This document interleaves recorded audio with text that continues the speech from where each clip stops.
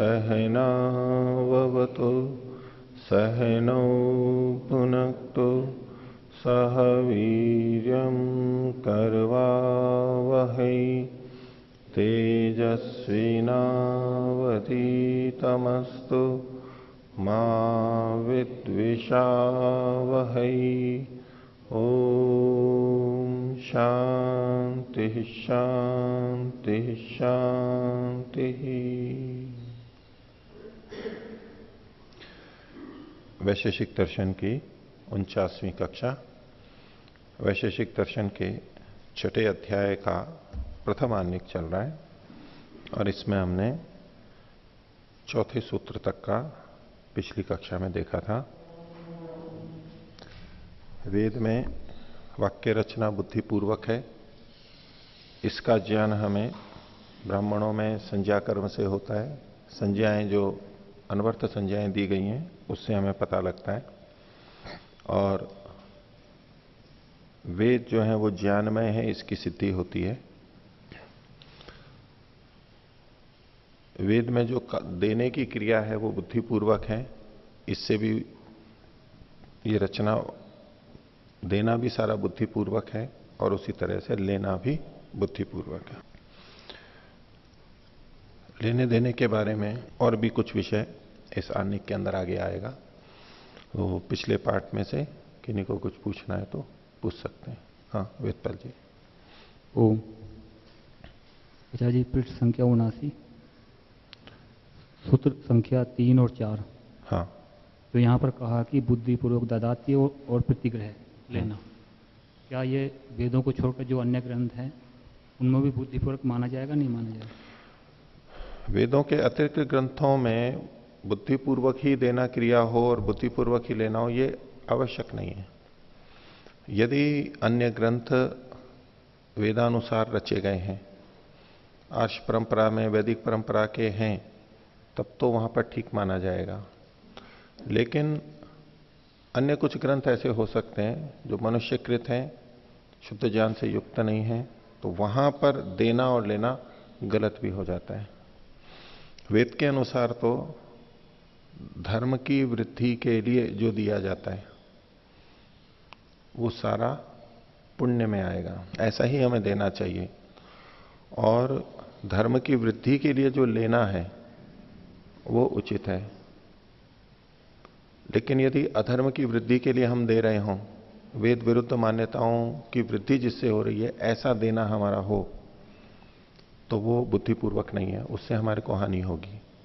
इसी तरह से जो हम लेते हैं वो यदि धर्म की वृद्धि के लिए नहीं है, हम उससे अधर्म की वृद्धि कर रहे हैं, अच्छे कार्यों में अपनी उन्नति औरों की उन्नति के लिए नहीं कर रहे हैं उसका उपयोग, तो लेना भी हानिकारक हो जाएगा।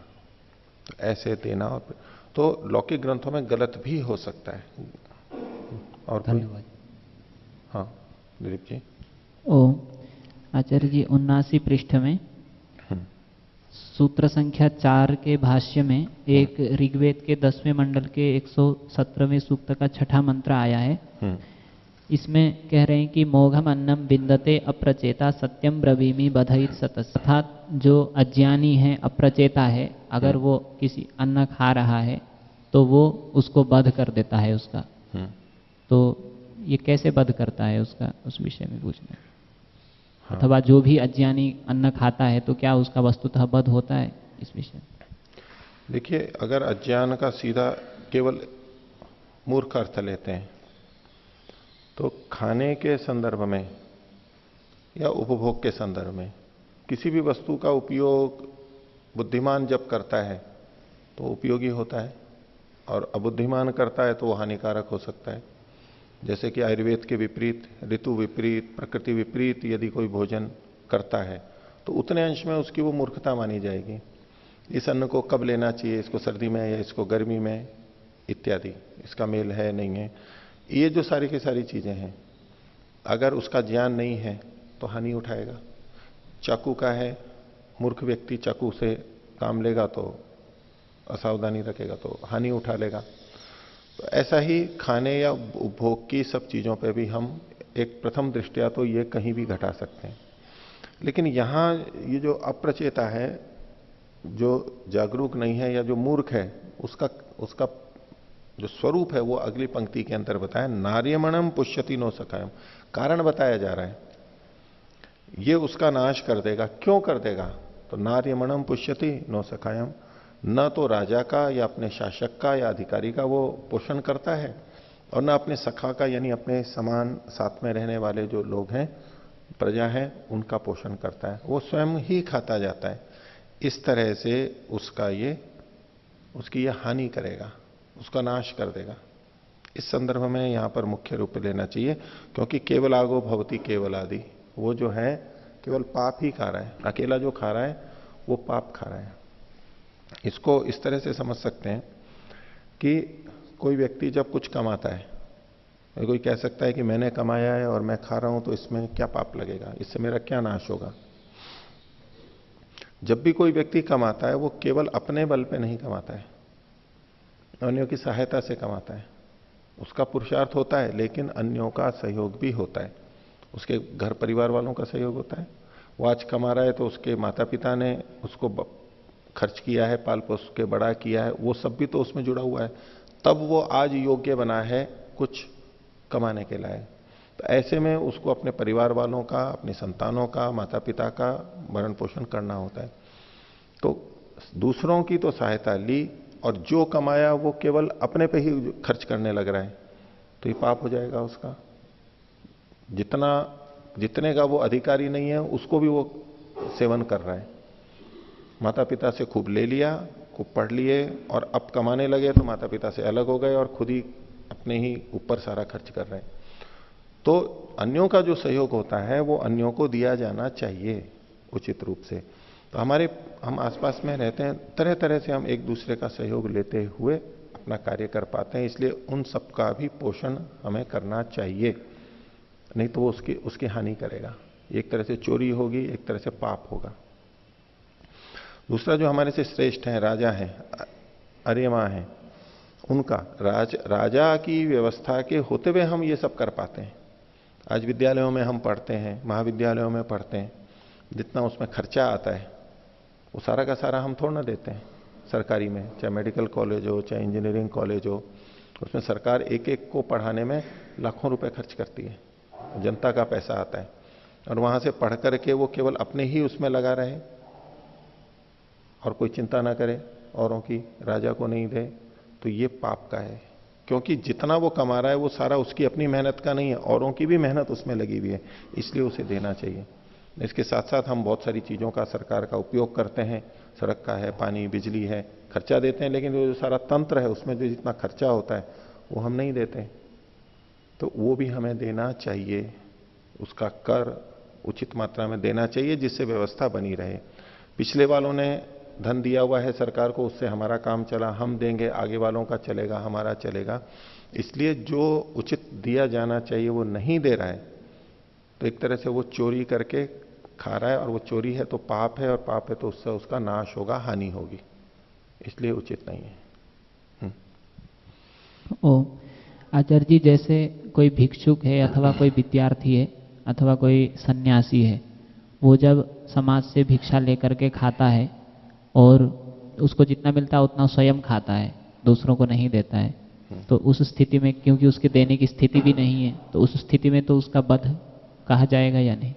हाँ, ये बात मुख्य रूप से गृहस्थों के ऊपर लगती है, क्योंकि गृहस्थी कमाता है और वो स्वयं खाता है। मुख्य बात तो वहां लगेगी, औरों को देना चाहिए। ब्रह्मचारी, वानप्रस्थी और सन्यासी चूंकि अन्यों पर निर्भर रहते हैं वैदिक व्यवस्था में, उन पर ये मुख्य रूप से लागू नहीं होती है, लेकिन कुछ अंश में वहां पर भी लागू होती है। ब्रह्मचारी हैं, वो यदि भिक्षा से लेके आते हैं तो उनका अर्यमा, उनका आचार्य या उनके अध्यापक, उसे पहले उनको देना चाहिए, उनकी पूर्ति करके, क्योंकि वो उसको पढ़ा रहे हैं। वो भिक्षा लेके आया है, वो पढ़ाने में लगे हुए हैं, तो उनके लिए भोजन की व्यवस्था, उनके परिवार के भोजन की व्यवस्था विद्यार्थियों को करनी होती है, उनके कुशल क्षेम की व्यवस्था, उसको करके फिर वो जब लेता है तो उसको पाप नहीं लगेगा। नहीं तो गुरु से सीख रहा है, पढ़ रहा है, लेकिन उसको दे नहीं रहा है तो उसके लिए पाप लगेगा। और अपने साथी जो सहपाठी हैं और हैं सखा के रूप में, जो भी उस स्तर पे हों, उन पे भी यही वानप्रस्थियों पे भी लागू होगी। कहीं भी रहेंगे तो कोई ना कोई बड़ा तो होगा वहां पर, उसको अपना जो उचित शासन को देना है, कर वगैरह वो देना चाहिए। सन्यासी के लिए भी उतने अंश में लगेगा। यदि सन्यासियों का भी वर्ग है, समूह है, तो वहां भी उनसे कुछ बड़े भी होते हैं, कुछ छोटे भी होते हैं, तो वहां भी जितने अंशों में लगता है वहां ध्यान रखना चाहिए। और वैसे भी मनुष्य मात्र की दृष्टि से यदि हमारे आसपास कोई ऐसा व्यक्ति है जो भूखा है तो हमें उसका भी ध्यान रखना चाहिए। और कोई? ओम आचार्यवर्य, सन्यासिनां कृते सर्वावकाशः स्यात् यतो हि ते समाजस्य श्रेष्ठा पुरुषा भवन्ति। तेषां कृते रेलयाने बस याने सर्वत्र निःशुल्क व्यवस्था स्यात्। यदि सर्वकार न करोति सर्वकार दोषी भविष्यति वा न। सन्यासियों को भी एक नागरिक के तौर पे उनको भी कुछ नियमों का पालन करना ही चाहिए जो उचित है।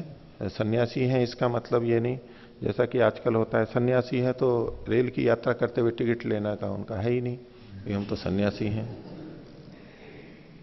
ऐसा बहुत चलता है। और वो भी देखने वाले भी, अच्छा ठीक है तो बाबा जी हैं, इनको तो जैसे कि स्वीकृति है, इनसे क्या लेना, उस तरह की बात है। और वो डरते भी हैं कि इनको कुछ कह दिया तो कहीं उल्टा ना हो जाए, मेरे परिवार में श्राप ना दे दें इत्यादि, डरते भी हैं। ना चलो ये तो बाबा जी हैं, इनको करेंगे भी तो क्या है, कुछ मिलना जाना है नहीं और परेशान होऊंगा, झंझट है, तो छोड़ देते हैं। लेकिन सन्यासियों को भी अब ये जो चीजें हैं यात्रा करना है उनको भी लेना चाहिए, मांग करके ले लेना चाहिए, कहीं से ले सकते हैं निवेदन करके दूसरों से लेके, लेकिन एक व्यवस्था जो बनी हुई है लेना चाहिए। नहीं तो उससे और दुष्प्रभाव आता है कि भाई ये देखो इस तरह से चोरी कर रहे हैं, दूसरे भी प्रेरित होते हैं।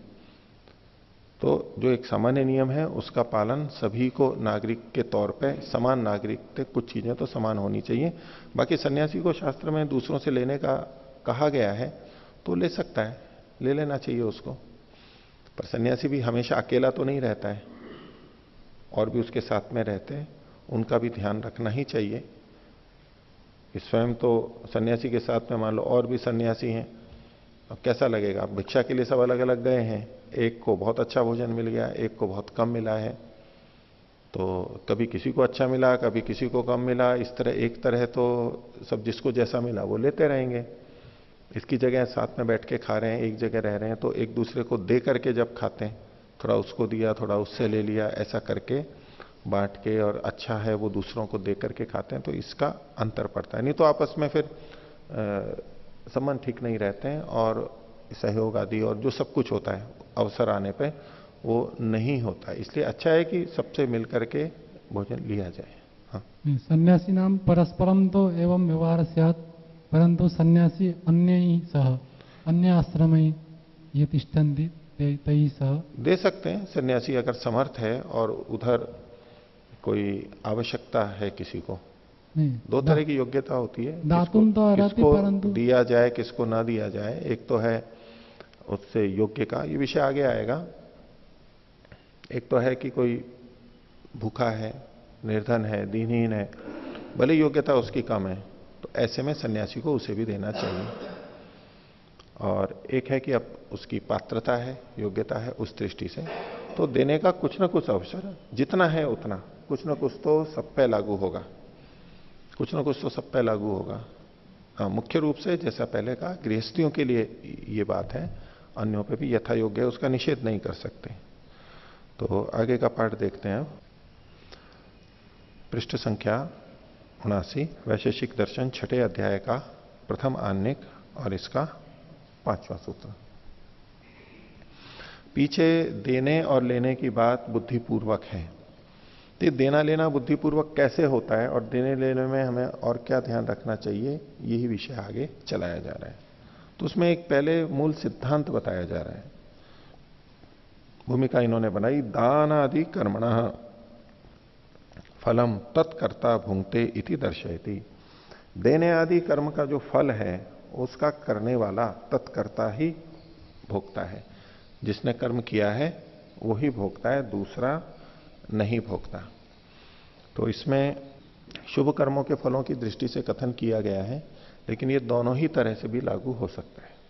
सूत्र है आत्मांतर गुणानाम आत्मांतरे अकारणत्वात्। आत्मा यानी जीवात्मा, आत्मांतर का मतलब है भिन्न आत्मा, अन्य आत्मा। आत्मांतर गुणानाम, भिन्न आत्मा के जो गुण हैं, गुण का मतलब है उसके अपने पाप और पुण्य कर्म, उसकी विशेषताएं, एक कर्माशय की दृष्टि से यहां पर लेंगे। आत्मांतर गुणानाम, भिन्न आत्मा का जो कर्माशय है वह उसका आत्मांतरे, भिन्न आत्मा में अकारणत्वात्, कारण न होने के कारण से। यानी एक आत्मा का जो पाप और पुण्य है वो दूसरी आत्मा के पाप और पुण्य में या उसके फल में कारण नहीं बनता है। जिसने कर्म किया है वही फल को भोगेगा, जिसने कर्म किया है वही भोगेगा। एक का कर्म दूसरे में नहीं जाएगा, उसका फल दूसरे को नहीं मिलेगा। मूलभूत एक सिद्धांत दिया, आत्मांतर गुणानाम आत्मांतरे अकारणत्वात्, दूसरे में वो कारण नहीं बनेगा। कि किसी व्यक्ति ने पुण्य किया और पुण्य से धन कमाया और उसका दूसरे को दान दिया, तो धन कमाया, उचित रीति से कमाया, दे भी रहा है, उचित ढंग से दे रहा है, तो ये तो है पुण्यात्मा। तो धन को दूसरे को देने से उस पहले वाले व्यक्ति का पुण्य दूसरे में नहीं चला जाएगा। धन को वो दे रहा है, धन को वो ले रहा है, धन का उपयोग करेगा, लेकिन पहले वाले का जो पुण्य है उस धन के साथ साथ पुण्य नहीं चला जाएगा दूसरे में। पुण्य तो जिसका देने वाला है उसी का ही रहेगा। तो धन के साथ में दूसरे के लिए पुण्य नहीं चला जाएगा। इसी तरह से दूसरा भी कहेंगे कि किसी ने गलत ढंग से धन कमाया और उसका किसी को दान दिया, लेने वाले ने लिया, तो लेने वाले को देने वाले का पाप नहीं चला जाएगा। लेने वाले ने लिया है, उसका पाप और पुण्य उसके पास में रहेगा, दूसरे का, एक दूसरे का पाप पुण्य दूसरे में नहीं जाएगा, स्वतंत्र रूप से रहता है। तो आत्मांतर गुणानाम आत्मांतरे अकारणत्वात्, एक दूसरे के कर्म दूसरे में नहीं जाते, फल नहीं भोगते हैं। भाष्य देखिए, आत्मांतरस्य, आत्मांतरस्य, ये जो आत्मांतर शब्द था उसको इन्होंने खोल के आत्मांतरस्य, इसी को खोल दिया अन्यस्य आत्मनः, अन्य आत्मा का, गुणानाम, गुणों को खोल दिया, पुण्य पाप कर्म संभूत धर्माधर्माणाम, पुण्य और पाप कर्मों से जो इकट्ठा हुआ है धर्माधर्म रूप संस्कार या कर्माशय, वो आत्मांतरे अन्यस्मिन आत्मनि, दूसरी आत्मा में अकारणत्वात्, फलम प्रदातुम अकारणम भवति, फल देने में कारण नहीं बनता है। एक का कर्म दूसरे को फल देने में कारण नहीं बनता है। आगे पूर्ण विराम, तस्मात् तेषाम अन्यस्मिन अन्य कारणत्वात् अन्येन कृतस्य कर्मण फलम नान्यो भुंक्ते। चूंकि ये एक दूसरे में कारण नहीं है, इसलिए एक के किए हुए कर्म का फल दूसरा नहीं भोगता है। फिर कैसे होता है? किंतु स्वकृत से ही फलम भुंक्ते, अपने किए हुए कर्मों का फल ही भोगते हैं। ये हम सब बहुत सुनते ही हैं, बहुत व्यापक रूप से कर्मफल सिद्धांत में एक मूलभूत सिद्धांत है, अब जो करता है वो ही भरता है, अपने किए का फल दूसरा नहीं भोगता है। यथाच तत्रांतरे कथितम, तंत्रांतरे कथितम, जैसा कि भिन्न शास्त्र में भी कहा गया है। सूत्र दिया इन्होंने, शास्त्र देशितम फलम अनुष्ठातरी, मीमांसा दर्शन का सूत्र है ये, तीसरे अध्याय के तीसरे पाद का 25वां सूत्र है कि शास्त्र देशितम फलम, शास्त्र के द्वारा निर्दिष्ट जो फल है, शास्त्र ने जिस फल को कहा है जिस कर्म का, ये 15वां सूत्र है, 3-3-15। तो शास्त्र के द्वारा जो कहा गया है फल, वो अनुष्ठातरी, अनुष्ठान करने वाले में होता है। जिसने उस कर्म को किया है, करने वाला है, उसको ही इसका फल मिलता है। तो आत्मांतर गुणानाम आत्मांतरे अकारणत्वात्, ये सब चर्चा क्यों कर रहे हैं? क्योंकि शास्त्र के अनुसार हम लेना देना तो करेंगे। अब मान लीजिए वेद के अनुसार हमने किसी को दिया, बुद्धिपूर्वक देना है, बुद्धिपूर्वक लेना है। हमने किसी को दिया, हमने मेहनत से कमाई की और हमने कमाया और हमने दूसरे को दे दिया, तो प्रथम दृष्टया हमें क्या लगेगा कि मेरे किए हुए का फल वो भोग रहा है। भाई किया तो मैंने, कमाया तो मैंने, रोटी तो मैंने बनाई और मैंने दूसरे को दी, भोग कौन रहा है? दूसरा भोग रहा है ना। मैंने घर बनाया, अब दूसरे उसमें रह रहे हैं, तो किया मैंने और फल दूसरा भोग रहा है। ये प्रथम दृष्टया हमारे मन में आता है। तो यहां कहा जा रहा है कि एक दूसरे के कर्म का फल कोई दूसरा नहीं भोग सकता। इसका मतलब है जो जो भी भोग रहा है वो अपने ही कर्मों का फल भोग रहा है। जो जो भी भोग रहा है वो अपने कर्मों का फल ही भोग रहा है। इसका यह भी मतलब नहीं है कि जितना जितना जो जो भोग रहा है वो सारा उसके कर्म थे इसलिए भोग रहा है, ये तात्पर्य नहीं। अन्यायपूर्वक भी भोगा जाता है, अन्यायपूर्वक दिया जाता है तब भी भोगा जाता है, उसकी तो क्षतिपूर्ति वाली बात होती है। लेकिन जब जब कर्म का फल होगा तो वो अपने कर्म का फल होगा। तो दूसरे हमारे को अन्यायपूर्वक देते हैं, दुख दे देते हैं या सुख दे देते हैं, वो तो कर्म का फल है ही नहीं हमारे, वो तो अन्यायपूर्वक है। यह बात है न्यायपूर्वक जो किया जा रहा है। तो हमने जो कमाया उसका फल हमारे को ही मिलेगा। अब हमने अपना धन दूसरे को दे भी दिया है तो भी हमारा कोई पुण्य खर्च नहीं हुआ है, हमारा अपने पास ही है जो का तो उसको, बल्कि यूं कह लीजिए हमने दिया तो उससे और अधिक पुण्य हो गया। तो धन के देने से हमारा पुण्य कोई कम तो हुआ नहीं है। धन वहां चला गया तो पुण्य के रूप में वहां पर और जमा हो गया, हमारे भोगेंगे तो हम ही। हम कितना भी दूसरों को दे दें उससे हमारा कुछ कम नहीं होने वाला है, हमारा तो और बढ़ता ही जाए, उल्टा और ज्यादा बढ़ जाता है, वो हम ही भोगेंगे। और दूसरा जो ले रहा है वो हमारा नहीं ले सकता, वो जो भोगेगा वो उसी का भोगेगा। लेकिन धन तो हमने दिया है उसको, देने में तो हमने दिया है उसको, लेकिन भोगेगा वो अपना ही, अर्थात उस खाते में से उसी के घटेगा। हम दे रहे हैं दूसरे को बाह्य रूप से, लेकिन हमारे खाते में जुड़ रहा है, वो हमारे खाते में कर्माशय में पुण्य और जुड़ रहा है। दूसरा ले रहा है, उपयोग कर रहा है, तो दिखने में तो लग रहा है कि वो ले रहा है और बिना किए उसको मिल रहा है, लेकिन जितना जितना वो भोगता है वो उतना उतना उसके कर्माशय में से घट जाएगा। तो एक का दूसरा कभी भी नहीं भोगता है, सब अपना अपना ही भोगते हैं, सबका अपना अपना हिसाब है, दूसरे से कोई कुछ नहीं ले सकता ना दे सकता है। बाह्य रूप में लेना देना जो भी हमें दिखाई देता है, चलता है, ये व्यवहार के लिए है, उचित है, अनुचित है, दोनों तरह का होता है। लेकिन वास्तव में कोई किसी को दे नहीं सकता, सबका अपना है कर्माशय और ईश्वर की दृष्टि से, और जो भी ले रहा है उसका वो भी अपना ही भोगेगा, दूसरे का कुछ नहीं जाएगा। आत्मांतर के गुण दूसरे आत्मांतर में नहीं जा सकते, हो ही नहीं सकता है, सब अपना अपना ही करते हैं। तो लेने देने में हमारे को यह संशय होने लग जाता है ऐसे स्वरूप में, उसके स्पष्टीकरण के लिए यहां बुद्धिपूर्वकता क्या है? यही बुद्धिपूर्वकता है कि जिसने किया है वही भोगेगा, जिसका नहीं है वो नहीं, और जो जो भोगेगा वो उसके अपने में से घटेगा, अपने में से घटेगा। तो हम जब किसी को देते हैं तो हमारा पुण्य दूसरे के पास नहीं चला जाता, हमारा पुण्य हमारे पास ही है। इसी तरह से हम किसी को देते हैं तो हमारा पाप दूसरे तक नहीं चला जाता है, वो हमारे पास ही रहेगा। हमने चोरी किए हुए धन को दूसरे को दिया तो हमारी चोरी का जो पाप है वो दूसरे में नहीं जाएगा। वो चोरी हमने की है, हमारा गुण है, वो हमारा कर्माशय है, वो उसका फल हमें ही भोगना है, दूसरा उसका भागी नहीं बनेगा। तो क्या करना चाहिए फिर? तो इसी विषय में कुछ और बातें आगे कही गई हैं। छठा सूत्र है तद्दुष्ट भोजने न विद्यते। पुण्य कर्म जब हम करते हैं तो उससे हमें धर्म मिलता है, लाभ मिलता है, सुख मिलता है। ये दुष्ट के भोजन में नहीं होता है। देना ददाती जो कर्म है ये दुष्ट के देने में पुण्य नहीं बनेगा। तो दुष्ट का देना क्या है? वो कई तरह से है। दुष्ट को देने में, दुष्ट व्यक्ति को देने में, दुष्ट वस्तु देने में, अथवा गलत तरीके से कमा करके देने में पुण्य नहीं होगा, उसमें हमारा पुण्य नहीं होगा। देना एक पुण्य के रूप में माना जाता है, प्रथम दृष्टया बुद्धिपूर्वक ददाती तथा प्रतिग्रह, तो देना पुण्य के रूप में माना जाता है, लेकिन हर देना पुण्यप्रद नहीं होगा। यही बुद्धिपूर्वकता है। दुष्ट व्यक्ति को दिया जा रहा है वो पुण्य नहीं होगा, भले ही देना है।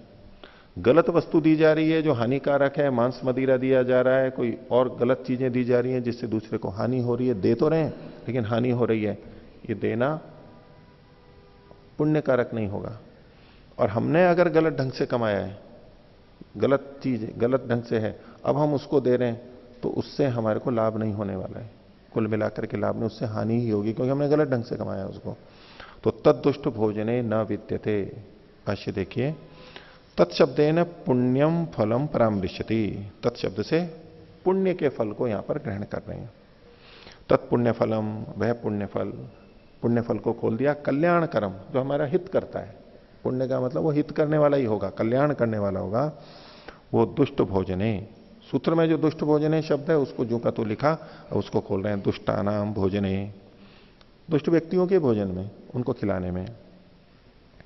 दूसरे ढंग से उसको आगे का और कह रहे हैं पात्रत्वेन दुष्टानाम भोक्तृणाम भोजने प्रदान कर्मणि, और जो पात्रता योग्यता की दृष्टि से दुष्ट हैं ऐसे खाने वालों के भोजन में, यानी उनको खिलाने में, गलत व्यक्तियों को, दुष्ट व्यक्तियों को खिलाने में भी पुण्य नहीं होगा। तथा दुष्टानाम भोजन स्वामीनाम दात्रीणाम भोजन विधाने, और जो दुष्ट भोजन के स्वामी है, भोजन के स्वामी है वो दुष्ट हैं, यानी गलत व्यक्ति हैं, उनका जो भोजन है उसके भोजन के लेने में, भोजन विधाने को खोला, भोजन स्वीकरणे, उनका भोजन लेने में। तथा दुष्ट भोज पदार्थ प्रदाने न विद्यते नास्ति, और गलत भोजन पदार्थों को देने से, हानिकारक पदार्थों को देने में भी पुण्य नहीं है। तो बुद्धिपूर्वक देना, इसी तरह बुद्धिपूर्वक लेना क्या होता है, उसके लिए एक सूत्र दे दिया कि जहां दुष्टता होगी, दुष्ट व्यक्ति को दे रहे हैं, दुष्ट व्यक्ति का ले रहे हैं, और या दुष्ट वस्तु ले रहे हैं, इसमें पुण्य नहीं होगा, कल्याण नहीं होगा, इसमें हानि होगी, इसलिए बुद्धिपूर्वक देना चाहिए। तो है कि भाई दुष्ट शब्द का मतलब क्या है, तद्दुष्ट भोजन है ना विद्यते, दुष्ट का मतलब क्या है, किसे हम कहें कि ये दुष्ट है, तो उसके लिए उत्तर अगले सूत्र में दिया, किम तद दुष्टत्वम इति उच्यते, दुष्टत्व है क्या, तो सातवां सूत्र का दुष्टम हिंसायाम, दुष्ट शब्द जो है यहां पर हिंसा के अर्थ में, जहां जहां हिंसा हो रही है, हिंसा कारक जो है, हानिकारक है, घातक है, वो सब दुष्ट कहलाएगा। तो दुष्ट व्यक्ति को देना यानी घातक व्यक्ति को, हिंसक व्यक्ति को, समाज के लिए हानि करते हैं ऐसे व्यक्तियों को देना, इस तरह के देने से पुण्य नहीं बनेगा। इसी तरह से जो समाज के घातक व्यक्ति हैं, नाशक व्यक्ति हैं, उनसे लेना भी हानिकारक होगा। तो ये दुष्ट का मतलब है हिंसा, और हिंसा का मतलब है हानि करना। उसमें सभी चीजें आ जाती हैं कि जैसे यमों के संदर्भ में कहा जाता है अहिंसा, सत्य, अस्तेय, ब्रह्मचर्य और अपरिग्रह। तो ये यम है, तो यम में बाकी के जो यम हैं उनके विपरीत चलते हैं तो हिंसा तो वहां हो ही जाती है। किसी भी तरह से भंग करेंगे तो वहां हिंसा हो जाएगी, उन सब हिंसाओं का यहां पर ग्रहण हो जाएगा। दुष्टम हिंसायाम, दुष्टता की परिभाषा ये है जिससे हिंसा होती हो, दूसरों की हानि होती हो, ऐसी चीजों के देने से और लेने से लाभ नहीं होगा, हानि होगी। अब जब इन्होंने कहा कि दुष्टम हिंसायाम, दुष्ट का मतलब है हिंसा का अर्थ, तो भी पीछे आपने ये कहा था कि आत्मांतर गुणानाम आत्मांतरे अकारणत्वात्, एक दूसरे के कर्म दूसरे में नहीं जाते हैं। अब किसी ने गलत ढंग से कमा रखा है, दुष्ट व्यक्ति है, और उसका हमने ले लिया, तो दुष्ट व्यक्ति से ले लिया, तो उसमें वो हिंसा कर रहा है और उससे हमने ले लिया, तो क्या इसमें हमारा दोष होगा? तो दोष होगा तो क्यों होगा और कब होगा? उससे जो हमने धन लिया उसका पाप तो हमारे पास आएगा नहीं, क्योंकि आत्मांतर का गुण आत्मांतर में नहीं आता है। जैसे पुण्यात्मा का नहीं आता तो ऐसी पापात्मा का भी नहीं आएगा। उनके अपने कर्म अच्छे बुरे उनके पास हैं, हमारा अच्छा बुरा कर्म हमारे पास में। लेकिन फिर भी कहा कि जो हिंसा से युक्त है, दुष्ट भोजन है, वहां पर वो नहीं करना चाहिए, उसमें पुण्य नहीं है। तो दुष्टम हिंसायाम, वहां दोष क्यों है? तो उसके लिए 8वें सूत्र में कहा तस्य समभिव्याहर तो दोषः, उसका उसके साथ में समभिव्याहार से सम्यक रूप से चारों ओर से विशेष रूप से उसके साथ जब हम व्यवहार करते हैं, उसके साथ उठते हैं, बैठते हैं, विवाह आदि के संबंध होते हैं, व्यापार करते हैं, खाते हैं, पीते हैं, घूमते हैं, ये जो सब उनके साथ में चलता है, उससे दोष आता है। दोष के देखो दो प्रकार हैं। इसमें एक प्रकार है कि दुष्ट व्यक्ति के अन्न को लेने मात्र से हमारे अंदर भी पाप आएगा, धन को गलत लेने से हमारे अंदर पाप आएगा, वो हिंसा है वहां पर इसलिए पाप आएगा, ये जो सोचते हैं। तो इसमें हानि क्यों है कि ऐसे व्यक्तियों से जब हम लेते हैं और उसके साथ साथ उनसे जब हम व्यवहार भी करने लग जाते हैं, तो इससे फिर हमारे को दोष आता है। पहला दोष तो उनके साथ संगति से हम वैसे बन सकते हैं, गलत बन सकते हैं, बहुत अधिक संभावना है हम भी वैसा करने लग जाएं। चलो हम वैसा नहीं भी करते तो उनके साथ उठने बैठने से उनके गलत व्यवहार की पुष्टि होने लग जाती है कि नहीं ठीक है, हम अच्छे हैं, हम उनके साथ ही उठते बैठते हैं, दूसरे देखते हैं तो बोले कि ये तो सम्मानित हो रहा है, अच्छे लोग भी इनके साथ में है, तो ये तो ठीक ही है रास्ता, ऐसे ही हमें करना चाहिए। तो अन्य जनता भी उस गलत रास्ते पे चलने को प्रेरित होती है, उस ओर बढ़ेगी वो। इस तरह से हम अधर्म को बढ़ाने में सहायक बन जाते हैं, दुष्ट व्यक्तियों के साथ व्यवहार करने में। ये बात ध्यान देने की है कि यहां तस्य समव्यवहार तो दोष है। हिंसा कृत में दोष कब बनेगा? जब हम उनसे व्यवहार करेंगे। इसको उलट दें, यदि हम उससे व्यवहार नहीं कर रहे हैं, वो धन आया लेकिन हम उससे व्यवहार नहीं कर रहे हैं, तो उसमें दोष नहीं आएगा, क्योंकि उस न तो संग का दोष आएगा, हम गलत नहीं कर रहे हैं, हम ठीक ही हैं। और दूसरी बात, चूंकि उनसे हम व्यवहार नहीं कर रहे हैं तो जो समाज में गलत प्रभाव जाना है वो भी नहीं जाएगा।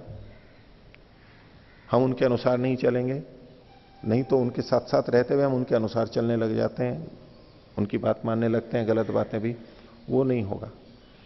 समभिव्याहार के कारण से दोष है संगति का, और समाज पे जो अधर्म की प्रवृत्ति बढ़ती है, अधर्म को प्रोत्साहन मिलता है, इस रूप में ये दोष कारक है, इसलिए ये नहीं करना चाहिए। तस्य समभिव्याहार तो दोषः। भाष्य देखिए, तस्य हिंसाजन्य भोजनस्य, हिंसा से जो भोजन बन लिया है किसी भी तरह, उसका समभिव्याहारात, समभिव्याहार से उसको खोल रहे हैं, यथा कथनचिदपि व्यवहारात, किसी भी तरह का जो व्यवहार हो। कैसे व्यवहार? उसके लिए उदाहरण दे रहे हैं, क्रय, आनयन, खरीदना, लेकर के आना, परिवेशन, परोसना, पाचन रूपात, पकाना इत्यादि।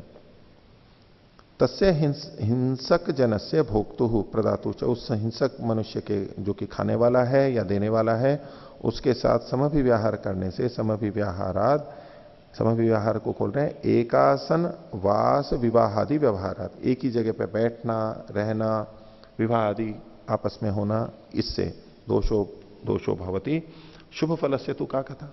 इनके साथ व्यवहार से शुभ यानी पुण्य की तो छोड़ो, इसमें तो दोष होता है, पाप लगता है, हानि इसमें होती है। तो यदि मान लीजिए किसी का भ्रष्ट धन है, जैसे कि आजकल चल रहा है, काला धन है, और सरकार ने उससे ले लिया, वो गलत था, ले लिया, वो गलत ढंग से कमाया हुआ था, सरकार ने ले लिया, लेकर के और उसने विद्यालय खोल दिए, चिकित्सालय खोल दिए, और काम में सड़क वड़क बना दी, और हम उसका उपयोग कर रहे हैं, तो वो धन तो गलत हो गया था, सरकार ने ले लिया और हम उसका उपयोग कर रहे हैं, तो हमारे को भी पाप लगेगा?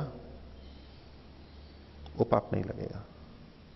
वो सरकार ने उचित ढंग से लिया, उसने गलत किया था, उसका पाप उसके पास में, सरकार ने उससे ले लिया, अब वो गलत नहीं लिया है और उसका हम उपयोग कर रहे हैं। ये क्या है कि आत्मांतर के गुण का आत्मांतर में प्रभाव नहीं पड़ता है। गलत ढंग से कमाए हुए धन को हम लेते हैं तो उसमें आत्मा की दृष्टि से, कर्माशय की दृष्टि से हमारे को कोई हानि नहीं है। हाँ, हम अगर गलत ढंग से ले रहे हैं, शास्त्र के विपरीत रीति से ले रहे हैं, तो हमारा दोष बनेगा। इसको यूं भी समझ सकते हैं कि किसी ने बहुत अच्छी तरह से धन कमाया ईमानदारी से, और हमने उसकी चोरी कर ली, तो चूंकि वो पुण्यात्मा का धन था, इसलिए उसकी चोरी करने में हमारे पास क्या होना चाहिए? पुण्य आना चाहिए। उस पुण्यात्मा के धन को लेने से हम भी पुण्यात्मा बन जाने चाहिए, बनने चाहिए ना।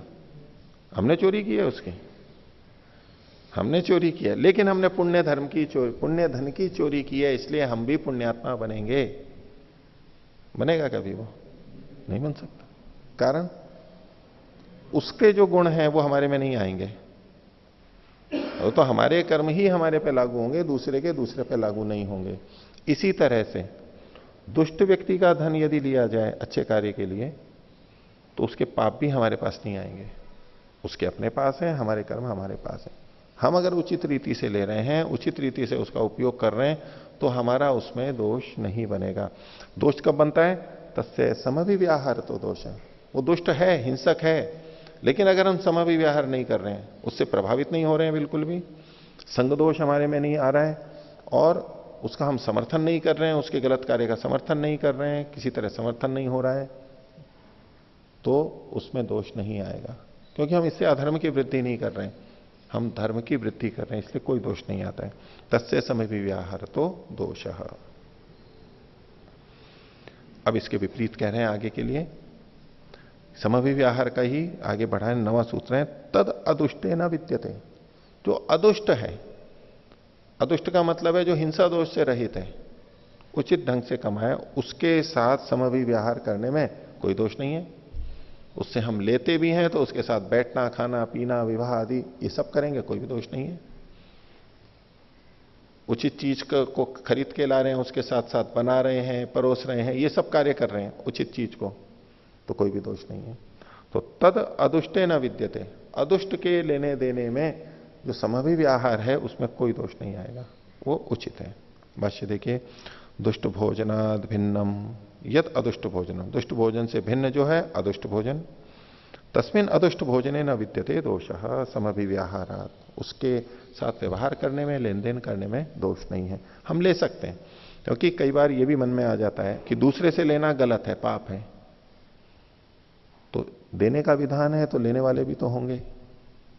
हम कहें कि नहीं देना ही देना ठीक है, लेना तो गलत है, तो फिर तो देना भी संभव नहीं है। देने का विधान है यानी तो फिर किसी को लेने का भी विधान है, तो लिया जा सकता है, दूसरों की कमाई का धन लिया जा सकता है, उसका अपना विधि विधान है, तो उसके लेने में हमारे को कोई पाप नहीं है, पाप नहीं है। हाँ, उसके कर्म उसके पास हैं, हमारे कर्म हमारे पास हैं, हम जिन्हें जो लिया है उससे, उसमें पाप नहीं है, हम अपने उपयोग के ले रहे हैं, तो जितना हमने उपयोग किया है उतना हमारा कर्माशय तो घटना ही है, क्योंकि उपभोग हमने किया है, उसका तो बनेगा, हमारा घटेगा जितना हमने उपयोग किया है। तो तद्दुष्ट भोजने ना विद्यते, ये समाभिव्याहार में इसको आगे खोल रहे हैं, अहिंसा जन्य भोजने, अहिंसा से उत्पन्न जो भोजन है उसमें अहिंसकाय भोजन प्रदान है। अहिंसा जन्य भोजन में, खाने में, और अहिंसक के लिए भोजन देने में, अहिंसकस्य भोजने, और अहिंसक व्यक्ति का भोजन लेने में, भोजन प्रतिग्रह लेने में न दोषो अपितु शुभ फलमेवा, उसमें तो उचित ही है। उसके साथ व्यवहार करेंगे, अच्छे व्यक्तियों के साथ रहेंगे, धर्म बढ़ेगा, अच्छे संस्कार हमारे पे आएंगे, ये सब उचित प्रक्रियाएं हैं। तो ये तो इन्होंने एक बुद्धिपूर्वक देना और लेना, उससे कुछ बातें यहां पर कही दुष्ट और अदुष्ट को लेकर के, और व्यवहार के कारण से दोष है, वैसे लेने देने में कुछ दोष नहीं है, ये इसका तात्पर्य लगता है इन सूत्रों का। अब है कि हम जब लेते देते हैं तो किसको दें, किससे लें, उसकी भी अपनी विधि है, वो भी बुद्धिपूर्वक किया जाता है। उसके लिए आगे कहा 10वें सूत्र में, इनकी भूमिका थोड़ी अलग है। इन्होंने लिखा, अज्ञाना दुष्टम जन्म भोजयित्वा पुनः किम कार्यम इत्युच्यते। अज्ञान से यदि हमने दुष्ट व्यक्ति को खाना खिला दिया या दे दिया तो फिर क्या करना चाहिए, उस दृष्टि से इन्होंने कहा पुनर्विशिष्टे प्रवृत्ति, तो अच्छे को दे दो, फिर गलत को दे दिया है तो अब और अच्छे को भी दे दो, उसकी भरपाई होगी। भी गलत व्यक्ति को हमने कर दिया कुछ गलत काम है तो अच्छा कर दो, इस तरह से इन्होंने अर्थ किया है। मैं थोड़ा सा उसको अलग ढंग से ले रहा हूं कि पुनर्विशिष्टे प्रवृत्ति, देने की प्रवृत्ति जो है, सबसे पहले किसको देना चाहिए हमें, तो विशिष्टे प्रवृत्ति, विशिष्ट में प्रवृत्ति होनी चाहिए। जो धार्मिक लोग उपलब्ध हैं उनमें अच्छे से अच्छे को, योग्य से योग्य को हमें देना चाहिए। हमारे पास यदि 10 विकल्प हैं तो उनमें से किसको देना चाहिए, सर्वश्रेष्ठ को देना चाहिए, सबसे पहले सर्वश्रेष्ठ को देना चाहिए। अगर उसके पास पूर्ति है, आवश्यकता नहीं है, तो क्या करना चाहिए, उसके लिए आगे के विधान है। लेकिन सबसे पहले हमें, चाहे हम रोटी दे रहे हों, चाहे कपड़ा दे रहे हों, चाहे समय दे रहे हों, सेवा दे रहे हों, कुछ भी दे रहे हों, सबसे पहले किसको देना चाहिए? श्रेष्ठ को देना चाहिए। पुनर्विशिष्टे प्रवृत्ति। भाष्य पुनः स्वस्माद विशिष्ट गुण संपन्न है, अपने से जो अधिक गुण वाला है उसमें पवित्राचार संयुक्त है, जो शुद्ध जिसका आचार आदि है उसमें भोक्तरी खाने वाले में प्रवृत्तिर विधेया क्रिया करनी चाहिए। स एतादृशो जनो भोजई तब है, ऐसे जने को खाना खिलाना चाहिए। और यदि वो ना मिले तो हम ही अच्छे हों, हमारे से अच्छा कोई नहीं हो, या उस समय ना मिल रहा हो तो क्या करना चाहिए? तो 11वां सूत्र दिया समय ही ने वा प्रवृत्ति, तो समान वाले को दे देना चाहिए। तो देना तो है, नहीं देंगे तो वधहित सतस्य, अकेला खाएंगे तो नाश कर देगा, तो देना तो है। तो पहले तो विशिष्ट को देना चाहिए, नहीं है तो समान वाले को दो। हीने वा, अथवा जो अपने से हीन है, अपने से कम योग्य है, उसको दे दो। तो स्वस्माद विशिष्टानुपलब्ध सत्याम समय स्वसमान गुणाचार संयुक्ते प्रवृत्तिर विधेया, विशिष्ट के अनुपलब्ध होने पर अपने समान या अपने से हीन में भी, तदभावे भी हीने, और समान का भाव हो तो हीन में, स्वस्मात गुण हीने भी अदुष्टे जने प्रवृत्तिर विधेया, लेकिन वो दुष्ट नहीं होना चाहिए, होना धार्मिक ही चाहिए। देना किसको है? धार्मिक को ही देना है। ये जो कथन किया गया उत्तम, सम, विशिष्ट, सम और हीन, ये धार्मिकों के लिए कहा गया। ये अगले सूत्र से भी हमें पता लगता है, ये धार्मिकों की बात है, अधार्मिकों की बात नहीं है। अधार्मिकों को तो देना ही नहीं चाहिए, वो तो पीछे ही मना कर दिया। अधार्मिकों को तो देना ही नहीं चाहिए, अधर्म की प्रवृत्ति होती है। धार्मिकों में इस तरह से हमें देना चाहिए। अब इसमें जो ये विशेष है, इस विशेष को दो ढंग से देखा जाता है। एक तो है अपने से गुणों में, आचरण में, योग्यता में जो अच्छा है उसको, वो एक शैली हो गई देखने की। लेकिन इसमें हमारे को परिवर्तन भी करना होता है, आवश्यकता के अनुसार भी वहां पर विशिष्ट, सम और हीन हो जाता है। कि हमारे पास भोजन है, दूसरा भूख से तड़प रहा है, पानी प्यासा मर रहा है, योग्यता तो कम है उसकी, और उसमें एक दूसरा भी है, उसको कम भूख लगी हुई है, वो उससे अधिक योग्य है, फिर एक और उससे अधिक योग्य है, योग्य तो है लेकिन उसको भूख नहीं लगी हुई है, उसको प्यास नहीं है, तड़प नहीं रहा है, तो ऐसे में किसको देंगे हम? तो इसमें जो जरूरतमंद है ये भी विशिष्ट हो जाता है। आवश्यकता के अनुसार, योग्यता और आवश्यकता, इन दोनों का तालमेल करके चलना होता है, हमेशा योग्यता के अनुसार नहीं होता है। तो कई बार होता है जो श्रेष्ठ है, ये सब जो भी है सब उन्हीं को ला करके दे रहे हैं, उन्हीं को ला के दे रहे हैं, उनको आवश्यकता भी नहीं है अभी, लेकिन उन्हीं को ला के दे रहे हैं। ऐसा भी नहीं होना चाहिए। आवश्यकता वाला अधिक पात्र बन जाता है, उसको भी देना चाहिए। तो दोनों का सम्मिश्रण यहां देखना चाहिए। हमारे यहां जो प्रवृत्ति है विशिष्ट को देने की है, इसको कोई इस ढंग से ले सकता है कि ये गलत तरीका है। पहले किसको देना चाहिए? निर्बल को, निर्धन को, कम योग्य को देना चाहिए, ऐसी भी किसी की मान्यता हो सकती है। लेकिन अपने यहां विशिष्ट की ही प्रवृत्ति पहले है। इसके लिए योग दर्शन के अंतर्गत भी हम देख सकते हैं कि योग दर्शन में जो विधान किया गया, पहला पाद क्या है? समाधि पाद। दूसरा पाद क्या है? साधन पाद। पहला पाद है उत्तम अधिकारियों के लिए, दूसरे पाद के प्रारंभ में है मध्यम अधिकारियों के लिए, और फिर बाद में निम्न अधिकारियों के लिए। लोग कहते हैं कि प्रारंभ से शुरू करना चाहिए, नीचे वालों को पहले बताएं फिर बड़ों को बताएं। नहीं, उनके पास जितना समय, पहले वो अच्छे से अच्छे को देंगे, उनको अपना समय देंगे सबसे अच्छे के लिए, क्योंकि अच्छे की रक्षा से समाज का अधिक अच्छा होगा। 10 तरह के व्यक्ति हैं, आपने एक सामान्य व्यक्ति की जान बचाई, एक आपने बहुत विद्वान की, धार्मिक की, योगी की जान बचाई, दोनों में हमारा समय बराबर लग रहा है, किसकी जान बचाएंगे हम? पहले किसकी बचानी चाहिए? नहीं, सब मनुष्य समान है, किसी की भी बचाओ, ऐसा नहीं, विशिष्ट की ही बचानी चाहिए हमेशा, क्योंकि उससे समाज का हित अधिक होगा। वो अधिक क्षमता वाला है, अधिक योग्यता वाला है, उससे धर्म अधिक फैलेगा, अधिक उपयोगी है सबके लिए। इसलिए विशेष की ही पहले रक्षा की जानी चाहिए, ये वैदिक सिद्धांत है। समय भी देना है, अगर 10 जने मिलने वाले हैं तो किसको पहले देना चाहिए? किसको अधिक देना चाहिए? जो अधिक पात्र है उसको। वहीं समानता नहीं देखी जाती, वो कहे कि नहीं जी उनको तो आप इतना समय दे देते हो, इनको नहीं देते हो। नहीं, जो योग्य है, गंभीर है, उसके लिए प्रथम अवसर होना चाहिए। वो अधिक योग्य बन के वो औरों को बहुत को दे देगा, वहां हमारा दिया हुआ अधिक लाभकारी होगा। जैसे कि हम बीज बोते हैं तो अच्छी जमीन और बुरी जमीन दोनों तरह की हो तो किसमें बीज बोएंगे? पहले अच्छी में ही बोएंगे। हाँ, अच्छी में बो दिया, फिर अब समय है तो थोड़ी कम वाली में भी बो देंगे, मध्यम वाली में भी बो देंगे, लेकिन प्रथम वरीयता हमारी क्या होगी? अच्छे से अच्छे में बोएंगे, अच्छे से अच्छे में ही बोएंगे। तो ऐसे ही जब हम किसी को धन देते हैं, किसी को ज्ञान देते हैं, तो वैदिक परंपरा ये है, बुद्धिपूर्वक देना ये है कि पहले श्रेष्ठ को दिया जाए।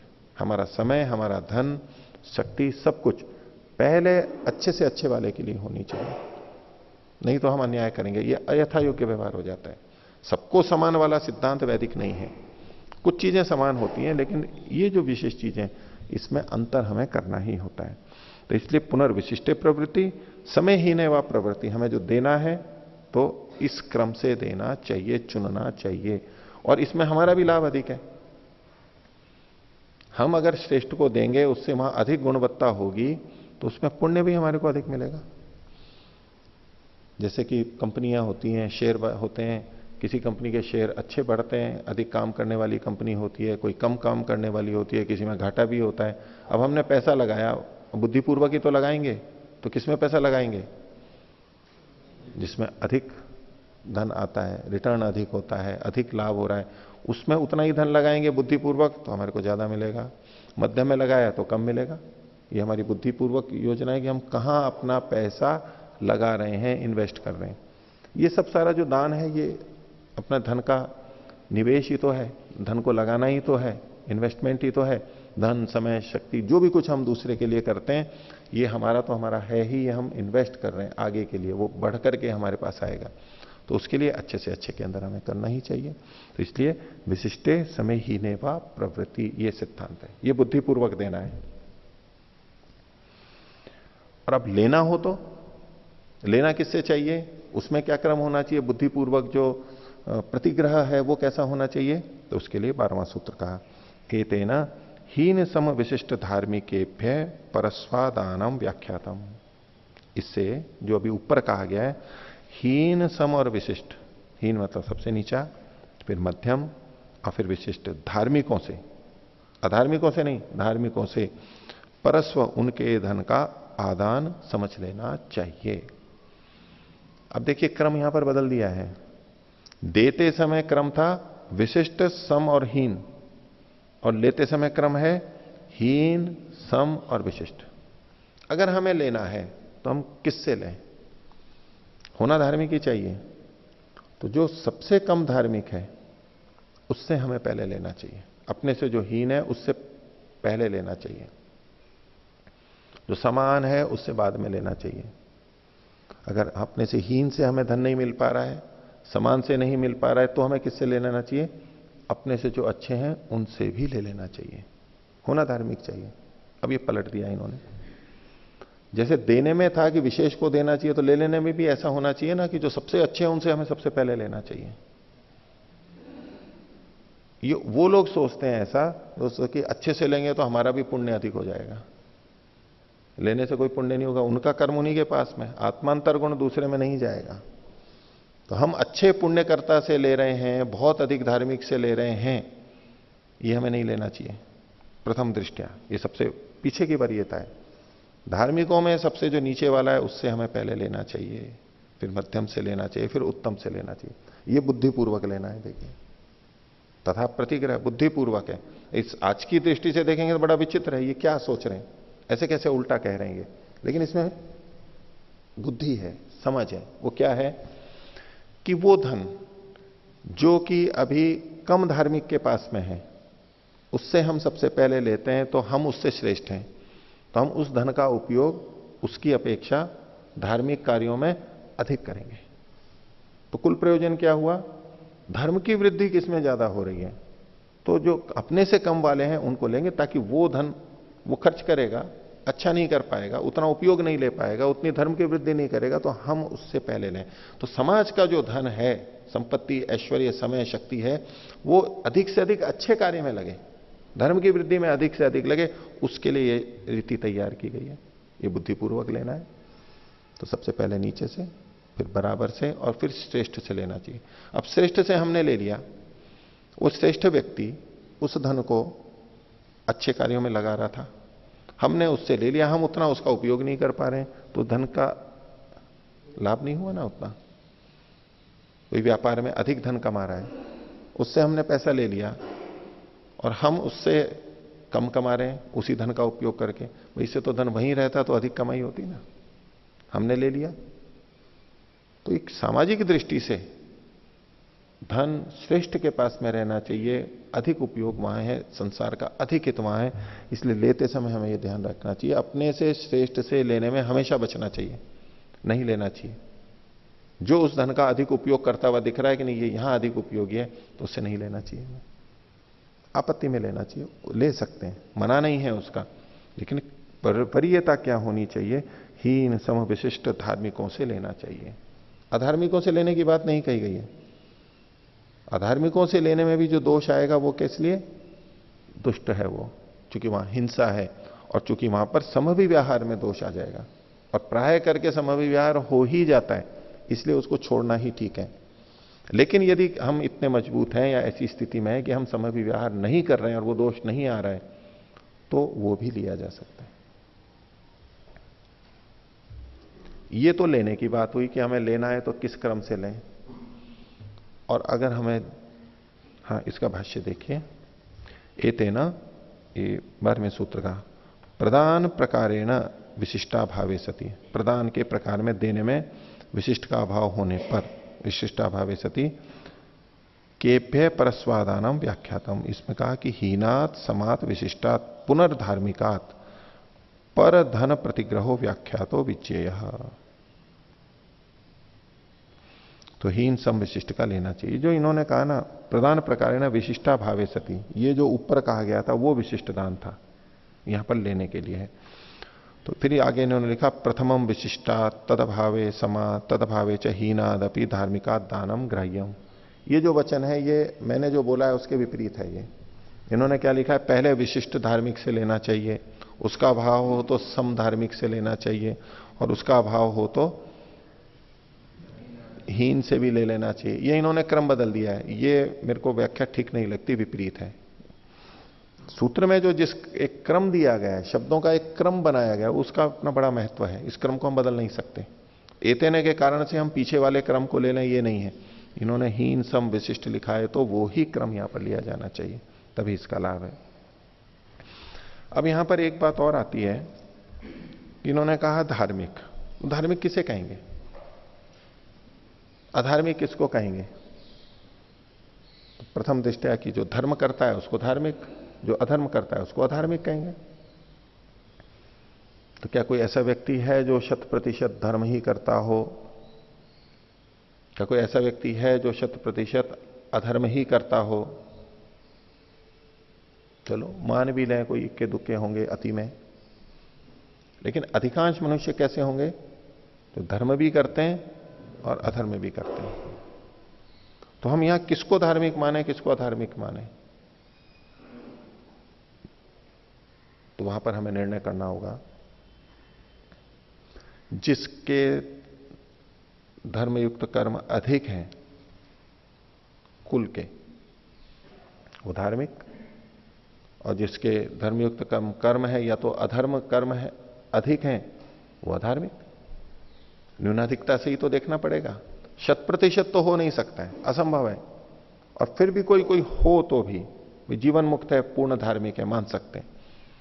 पूर्ण अधार्मिक भी कोई हो जाए तो हो जाए, नहीं तो कुछ ना कुछ तो पुण्य कर ही देता है व्यक्ति, मान भी लिया। लेकिन अधिकांश व्यक्ति तो बीच के हैं, तो इसलिए इसका लक्षण क्या बनेगा, किसी में कोई एक दो अधर्म देख करके हम उसको अधार्मिक नहीं कहते, किसी में एक दो धार्मिक कर्म पुण्य कर्म देख करके उसको पुण्यात्मा नहीं कहते।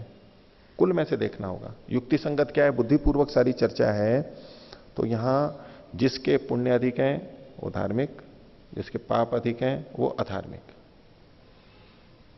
अब अधिकता कैसे देखेंगे, भाई 50-50%, 50% से अधिक यानी 51% भी यदि किसी के धर्मयुक्त कर्म है और 49% पाप भी कर रहा है वो, तो भी वो धार्मिक श्रेणी में तो आएगा, धार्मिक श्रेणी में तो आएगा। धार्मिक श्रेणी में वो निम्न में आएगा, हीन में आएगा, लेकिन कहलाएगा तो धार्मिक ही वो।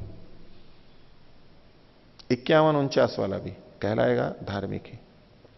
इसी तरह से 51 पाप हो और अधर्म करता हो और 49 पुण्य करता हो तो वो अधार्मिक कहलाएगा, क्योंकि वो, लेकिन अधार्मिकों में वो श्रेष्ठ है।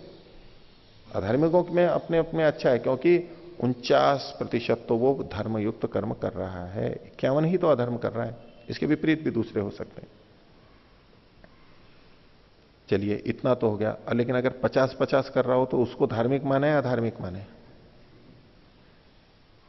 तो दोनों मान लो, चाहे धार्मिक मानो चाहे अधार्मिक मानो, नहीं, एक तो निर्णय करना पड़ेगा उसका। तो उसको लाभ देना चाहिए धार्मिकता का। 50-50 भी है तो वो धार्मिक कोटि में आएगा, वो अधार्मिक में नहीं जाएगा। क्योंकि ईश्वर भी मनुष्य जन्म दे देता है ना। 50-50% पाप पुण्य होते हैं तो मनुष्य जन्म दे देता है। वो ये भी तो कर सकता था कि 50-50 पाप पुण्य है तो इसको मनुष्य जन्म नहीं मिलना चाहिए, मुझे पाप और पुण्य दोनों है तो इतर योनि में। लेकिन परमात्मा का निर्णय क्या होता है? नहीं, 50-50 हो गए हैं तो उसको मनुष्य जन्म मिल सकता है। ऐसे ही 50-50 अगर पाप पुण्य है, धर्म अधर्म है, तो उसको हम धर्म की कोटि में ले लेंगे। तो भले ही 40% पाप हो, 60% पुण्य हो, तो भी व्यक्ति आएगा तो धार्मिक कोटि में। इसलिए जो हम कुछ कर्मों को देख करके किसी को पुण्य और धार्मिक अधार्मिक कह देते हैं, उतने से बात नहीं बनेगी। उससे तो हम निर्णय ही नहीं कर सकते, तो गलत निर्णय हो जाएगा, वो बुद्धिपूर्वक निर्णय नहीं होगा। तो ये जो लेना और देना कहा गया, धार्मिकों को कहा गया, यानी 50-50 भी अगर किसी के पुण्य हैं, 50% भी, उससे भी हम लेन देन कर सकते हैं। ये धार्मिक कोटि के अंतर्गत आएगा। ये बुद्धिपूर्वक लेना देना हुआ। इससे आगे कुछ और बातें हैं इसी लेन देन से संबंध में, कैसे बुद्धिपूर्वक होता है, लेना और देना कैसे बुद्धिपूर्वक है, और वेद बुद्धिपूर्वक देने की और लेने की बात करता है, वो क्या है, वो आगे के सूत्रों में हम देखेंगे। आज का पाठ इतना ही रखते हैं। प्रणव ध्वनि।